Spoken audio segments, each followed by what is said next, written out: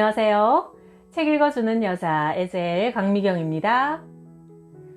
하나님의 자녀에게 우연은 없다. 우리에게 일어나는 사건과 문제에는 하나님의 메시지가 들어있다고 정원 목사님은 말씀하십니다.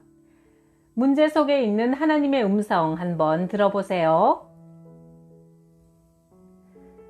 신혼 시절 나는 신학대학원에 다니고 있었다. 집은 인천에 있었고 학교는 경기도 양지에 있어 무려 3시간이나 걸렸다. 거리가 너무 멀어서 학교 다니기가 힘들어 나는 아내와 의논 후 집을 팔려고 내놓았다.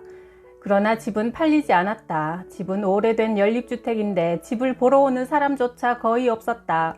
기도도 열심히 했고 중개소에도 여기저기 부지런히 다녔지만 6개월이 되도록 집은 도무지 팔릴 기미가 보이지 않았다. 우리는 지쳤다. 속이 상했지만 별다른 대책이 없었다. 어느 날 나는 수업을 마친 후 지치고 피곤한 몸으로 인천행 전철을 타고 집으로 돌아오고 있었다. 갑자기 하나의 생각이 떠올랐다. 하나님이 우리의 기도를 듣지 않으셨을까? 우리의 사정을 모르실까? 그럴 리가 없다. 성경은 참새 한 마리가 땅에 떨어지는 것도 하나님의 허락 없이는 되지 않는다고 말한다. 그러므로 그리스도인의 삶에 우연이란 없다. 분명히 하나님께서 우리에게 뭔가를 가르치시기 위해 이런 과정을 허락하시는 것이다. 그렇다면 그 가르침이 뭘까? 우리의 기도가 응답되지 않게 막고 있는 것이 무엇일까? 우리가 뭔가 잘못한 게 있는 건 아닐까? 집이 팔리지 않는 것은 물질의 문제다. 그렇다면 물질로 내가 잘못하고 있는 게 무엇인가? 갑자기 하나의 상념이 떠올랐다. 아차, 11조. 그 집은 장인어른이 우리가 결혼할 때 우리에게 주신 것이다. 집은 오래된 연립이고 교통도 좋지 않은 곳에 있어 팔고 나서 교통이 괜찮은 곳으로 가려면 웬만한 집을 전세로 얻기도 어려운 상황이었지만 그러나 그것은 우리의 사정이고 분명히 우리에게 얻어진 수입이기 때문에 내 양심으로는 11조를 드려야 될 것 같았다. 그러나 그때까지 전혀 그 생각은 못했던 것이다. 나는 아내를 설득해야겠다는 마음을 가지고 집에 들어섰다. 왠지 기분이 좋고 아내와 의견을 같이 할 수 있으면 집이 팔릴 것 같았다. 내가 이야기를 꺼내자 아내는 예상대로 난감한 표정을 지었다. 그렇잖아도 돈이 많이 모자라는데 어떻게 하려고 그래요? 중요한 것은 우리의 형편이 아니요. 하나님이 우리를 인도하시고 훈련하고 계시는데 우리가 눈앞의 현실 때문에 주님께 순종하지 못한다면 우리는 좋은 주님의 종이 될 수 없을 거요. 하나님이 마음만 먹으시면 모든 것이 다 잘 될 텐데 걱정할 게 뭐가 있겠소.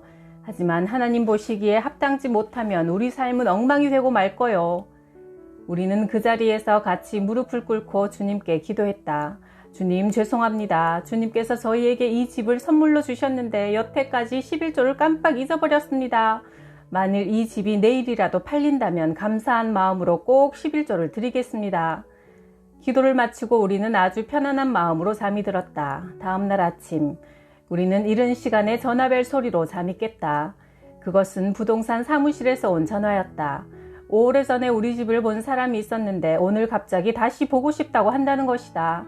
중개인과 그 사람이 다시 같이 찾아왔고 그 후 일은 일사천리로 진행되어 집은 그날 중에 팔렸다. 이것이 우연일까? 집이 팔린 것도 물론 즐거웠지만 주님이 역사하시는 하나의 원리, 어떤 문제가 있을 때 무조건 기도만 하고 우기기만 하는 것이 아니라 그 문제를 통해 하나님이 우리에게 가르치고 싶어 하시는 뜻을 발견하고 순종할 때 주님은 즉시 놀랍게 역사하신다는 것을 너무나 선명하게 확인할 수 있어 나는 참 기뻤다. 나는 그 후에도 수없이 반복된 체험을 통해 이 하나님의 법칙과 원리를 확인할 수 있었다. 내가 잘 아는 권사님이 꼭 식사 대접을 하고 싶다고 하셔서 만났더니 이런 이야기를 들려주셨다. 권사님이 얼마 전 유럽으로 여행을 다녀왔는데 여행 도중 신용카드를 분실했단다. 나중에야 알고 부랴부랴 신고했는데 이미 누군가 사용한 400만 원은 본인이 책임을 져야 한다는 것이다. 권사님은 마침 그때 나의 메시지를 듣고 이런 일에도 주님의 가르치심이 있지 않을까 생각하게 되었고 혹시 자신이 물질적인 문제에서 하나님 앞에 잘못한 것이 없는지 돌아보았다. 그런데 갑자기 10년 전 어떤 섬에 있는 교회 전도사님께 매달 10만 원씩 선교비로 지원하기로 약속하고 나서 그 뒤 까맣게 잊어버렸던 것이 갑자기 생각났다. 권사님은 그 사건을 마무리 지어야겠다는 생각이 들었다.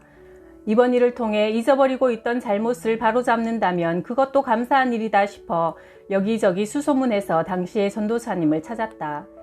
그분은 이제 목사님이 되셨고 육지에서 안정된 목회를 하고 계셔서 선교비가 필요한 상황이 아니었다. 그러나 권사님은 주의 이름으로 용서를 빌었고 목사님은 쾌히 웃으시며 용서한다고 말씀하셨다. 그리고 나서 바로 카드 회사와 다시 연결이 되었는데 예외 규정이 생겨서 그 400만 원을 변제하지 않아도 된다고 하는 것이 아닌가? 이것이 우연일까? 권사님은 하나님의 역사가 너무나 신기하다며 이 간증을 꼭 하고 싶어서 내게 식사 대접을 하고 싶었다는 것이다. 잃어버린 돈을 찾은 것보다 더 기쁜 것은 그토록 세미하게 우리를 깨우치시고 가르치시고 인도하시는 주님의 손길을 확인한 일이었다.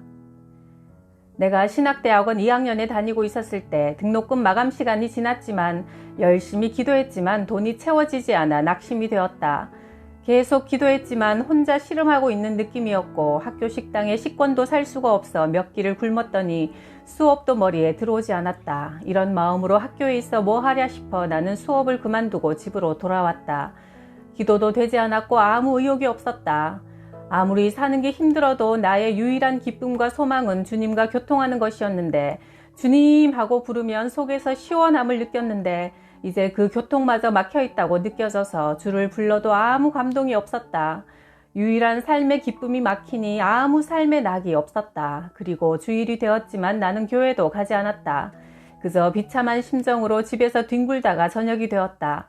아무리 그래도 저녁 예배까지 드리지 않고 주일을 보낼 수는 없다는 생각에 가까운 교회로 걸어갔다.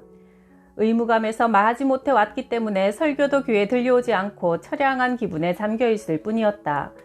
예배가 끝나고 다시 집으로 돌아오는 길, 갑자기 내 심령 깊은 곳에서 어떤 감격이 밀려오는 것이 느껴졌다. 예배를 열심히 드린 것도 아닌데 그 자리에 강력하게 임하시는 하나님의 임재를 느꼈다. 나는 그 자리에서 무릎을 꿇었다. 그것은 말로 형용할 수 없이 행복하고 벅찬 느낌이었다. 나는 주님께 고백했다. 주님이 내 기도에 응답하시든 안 하시든 그것은 주님의 주권입니다. 나는 살고 죽는 모든 것을 주님께 온전히 맡기겠습니다. 한동안 주님께 불평했던 것 죄송합니다. 기도드리며 나는 한동안 그 자리에 앉아 있었다. 기쁨의 물결이 내 안에서 흘러넘쳤다. 좁다란 논두길을 걸으며 나는 찬양을 소리 높여 불렀다. 좁은 길을 걸어도 밤낮 기뻐하는 것 주의 영이 함께함이라. 이제 나의 관심은 등록금이 아니었다. 돈이 있든 없든 그것은 하나도 중요하지 않았다. 아니, 살든 죽든 그것도 중요하지 않았다. 중요한 것은 내가 어떤 상황에서도 주님을 신뢰하고 예배할 때 참다운 행복과 평화를 얻게 된다는 사실이었다. 내가 집으로 들어서는 순간 이상하게도 집안 분위기도 바뀐 것을 느꼈다. 아내에게 물었다. 무슨 일 있어? 당신 기분 좋아 보이는데? 아내가 미소를 지으며 대답했다. 글쎄요, 이상하게 조금 전부터 갑자기 기분이 좋아졌어요. 근심도 다 사라져버리고 그냥 어떻게 잘 되겠지 그런 마음이 들어요. 그리고 참 당신 친구가 전화했는데 바로 전화를 해달래요. 이 밤에 친구가 웬일일까? 그 친구는 서해안 작은 섬에서 할머니들 몇 분 모시고 사역하고 있는 전도사다. 나는 그에게 전화를 했다. 안부 인사를 마친 후 그는 내게 단도직입적으로 물었다. 등록금 어떻게 되었어? 그는 남의 등록금을 걱정해 줄 정도로 여유 있는 형편이 아니었는데 조심스럽게 이런 이야기를 했다. 최근 이상하게 돈이 좀 생겼어. 이 돈을 어디다 써야 할지 놓고 기도했는데 몇 주 동안 계속 네 생각이 나더라. 혹시 아직 등록 안 했다면 내가 한 번만 등록금을 대주는 기쁨을 주지 않겠어? 나는 한동안 아무 대답도 할 수 없었다. 그는 계속 간청했고 결국 나는 그의 호의를 받아들였다. 정말 고마워. 그러자 그가 말했다. 내가 더 감사하지. 나는 하나님 음성을 듣고 하는 것에 대해 사실 잘 모르거든. 그런데 기도할 때 내 마음에 정전도사를 떠올려 주신 것이 주님의 감동이라고 생각하니 너무 감사하네. 나 같은 사람도 주님의 응답의 도구가 될 수 있다니 얼마나 기쁜지 모르겠어. 전화를 끊고 나서 나와 아내는 같이 울었다. 신실하신 하나님께 감사하고 죄송해서 울었다. 신학교를 마치고 목회를 시작한 지 얼마 되지 않아 나는 큰 교회 주일 저녁 예배 강사로 초청받았다. 그동안 작은 교회의 몇십 명 성도 앞에서 설교하다가 큰 강단에 올라가 수많은 성도님들 앞에서 설교를 하려니 신이 났다. 1시간이 넘게 부흥사처럼 폭포수같이 말을 쏟아냈다. 설교에 대한 반응은 나쁘지 않았다. 장로님, 권사님들이 모두 나와 악수하려고 줄을 섰다. 그들은 90도로 허리를 굽히며 인사말을 던졌다. 이렇게 시원한 설교는 처음 들어봅니다. 나는 겸손하게 대답했다. 아이고, 별 말씀을 다 하십니다.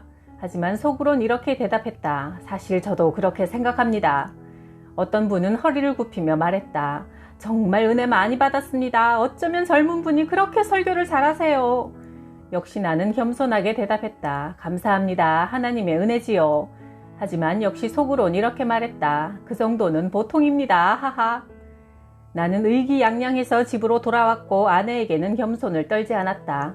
나는 아내에게 손가락으로 V자를 그리며 자랑스럽게 말했다. 여보, 나 오늘 스타 됐다? 나는 거드름을 피우며 오늘의 성공담에 대해 신이 나서 이야기했고 아내도 같이 기분이 좋아서 내 이야기를 거들었다. 하지만 그렇게 떠벌리면서도 왠지 불안한 느낌이 들었고 즐겁기는 했지만 뭔가 찜찜한 구석이 있었다.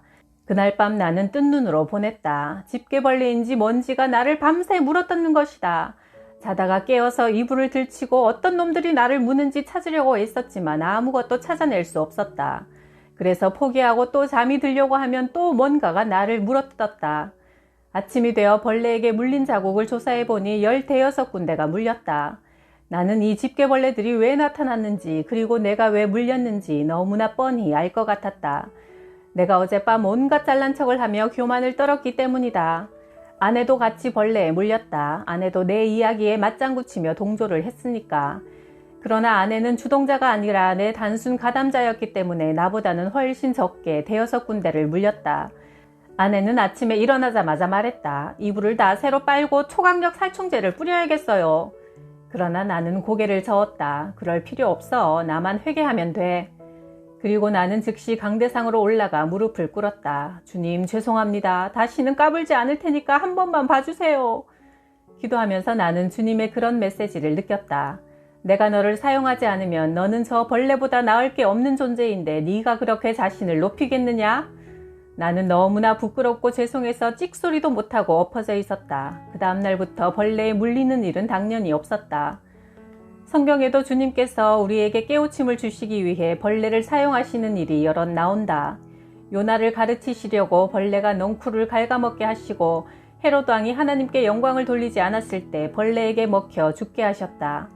주님은 작고 하찮은 것을 통해서도 우리에게 경고하시고 가르치실 수 있다. 또한 그분은 아주 부족한 이들을 통해 일하시기를 즐겨하신다. 왜냐하면 작고 연약한 사람들은 영리하고 유능한 이들과는 달리 주님의 영광을 도둑질하지 않기 때문이다. 나는 신학대학원을 다니면서 사역지를 얻기 위해 오랫동안 기도했다. 당시 나는 내가 유능하다고 생각했고 자신감이 넘쳐 있었다. 그러나 전도사 자리도 구해지지 않았다. 가려고 했던 것도 꼭 무슨 사정이 생겨 결국은 못 가게 되는 일이 반복됐다. 이 문제에 대해 많은 시간을 들여 기도했지만 길이 열리지가 않아 이럴 거라면 왜 나를 주의 종으로 부르셨는지 속이 상하고 답답했다. 당시 나는 일정한 교회를 정하지 않고 아내와 같이 이 교회 저 교회에 다니며 예배를 드렸다. 내겐 대부분의 설교들이 한심스럽게 느껴졌다. 집에 오면 설교자가 한 성경 본문을 가지고 아내에게 다시 설교를 시작했다. 세상에, 그 본문을 가지고 그렇게 설교를 하다니. 그게 본문 내용과 무슨 상관이 있어. 나 같으면 그렇게 하지 않을 거야.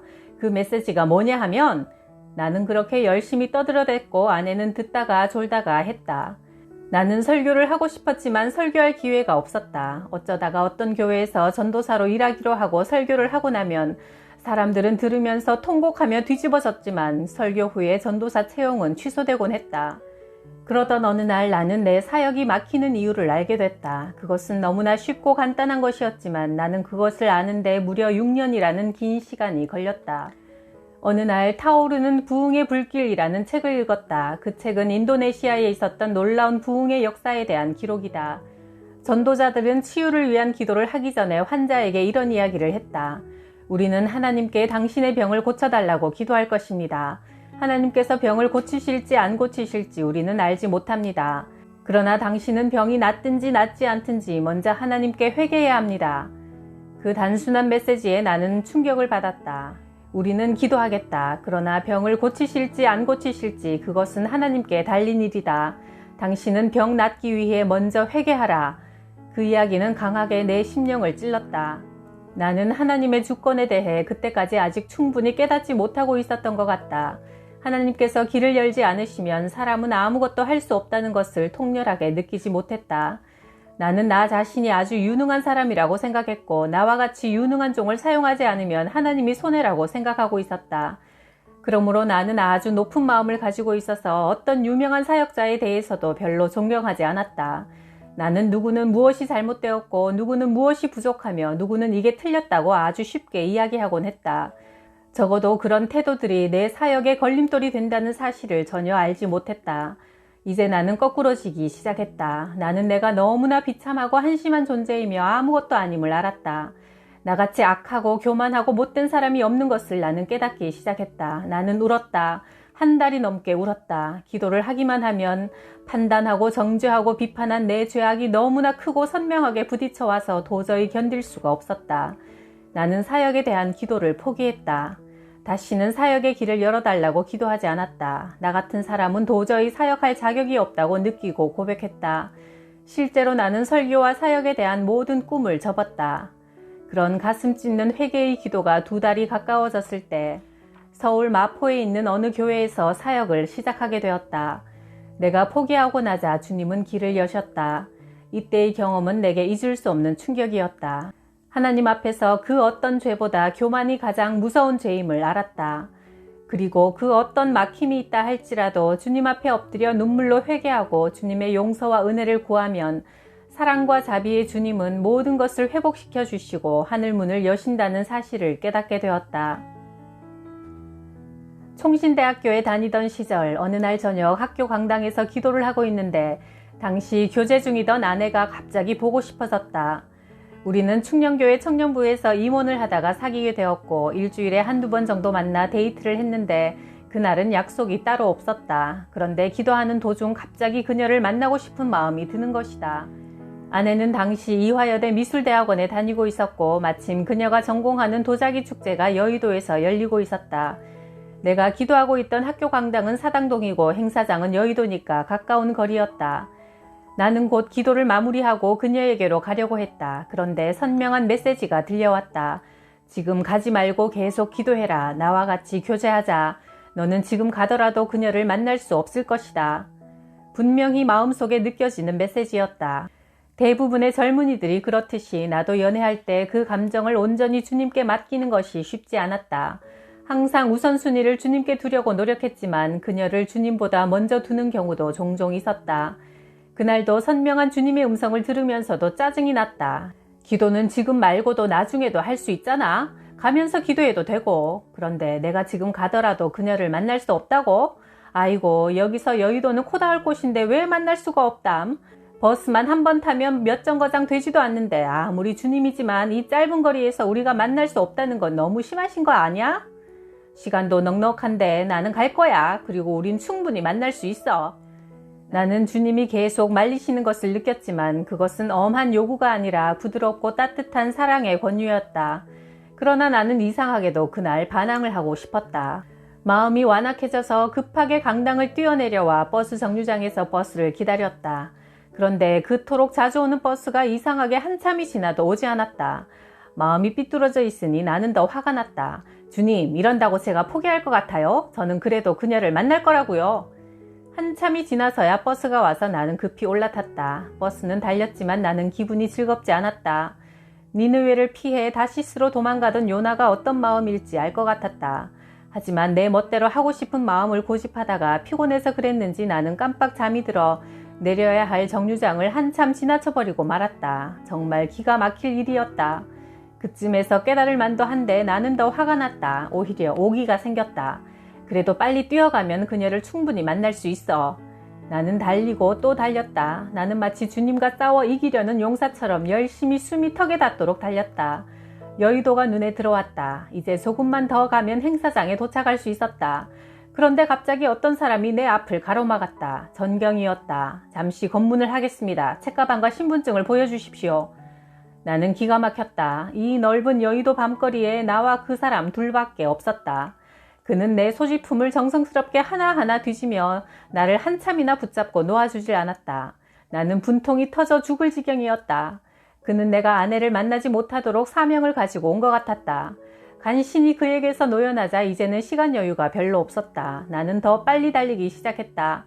주님께서 나를 막으시는 것을 충분히 알고도 남았지만 이제는 누가 이기나 해보자 하는 심정이 들었다. 다행히도 행사장에 도착해보니 아직 문을 닫기 전이었다. 나는 회심의 미소를 지었다. 마침 퇴근 시간이라 일을 마치고 나오는 그녀를 만날 수 있을 터였다. 나는 그녀가 앞문으로 나온다는 것을 이미 들어서 알고 있었기 때문에 앞문으로 있는 힘을 다해 뛰어갔다. 그런데 기가 막히게도 앞문은 굳게 닫혀 있었다. 나중에 알고 보니 유일하게 그날만은 모두 다 뒷문으로 퇴근했다는 것이다. 나는 다시 전력을 다해 한참 떨어진 뒷문을 향해 달려갔다. 뒷문에서 사람들이 한두 사람 걸어 나오는 것을 보았지만 그녀는 없었다. 나는 다시 버스 정류장으로 달려갔다. 거기에도 그녀는 없었다. 그녀는 내가 도착하기 바로 직전에 버스를 타고 집으로 돌아갔던 것이다. 어두컴컴한 여의도 광장. 나는 너무나 지치고 피곤해서 그 자리에 쓰러지듯 주저앉았다. 굵은 눈물이 쏟아져 나왔다. 나는 그냥 그 자리에 엎어져 울었다. 나는 나 자신에게 너무나 화가 나고 실망했다. 내 안에 이토록 주님을 향해 반항적이고 고집센 모습이 있으리라고는 생각지도 못했다. 주님이 허락하시지 않으면 내가 아무리 애를 쓰고 노력해도 아무것도 할 수 없다는 것을 나는 아직도 충분히 깨닫지 못하고 있었던 것이다. 나는 그 자리에서 오랫동안 흐느껴 울면서 그저 주님 죄송해요, 죄송해요, 죄송해요 하고 되풀이할 뿐이었다. 그 사건 이후 나는 그녀의 문제에 대해 초연해졌고 내 감정과 사랑을 주님 손에 맡기게 되었다. 나는 그날 내 인생을 주님이 인도하시지 않으면 아무리 잘 될 것 같아도 전혀 되지 않는다는 것과 주님께 철저하게 순종하고 따라가야 한다는 사실을 배웠다. 그러나 그런 깨달음은 결코 하루아침에 완성되는 것은 아니다. 그 후에도 나는 비슷한 교훈을 계속 반복하며 배워야만 했다. 영혼이 충분히 자라기까지 순종이란 쉬운 것이 아니며 그런 배움을 위해 우리 인생은 존재하는 것이기 때문이다.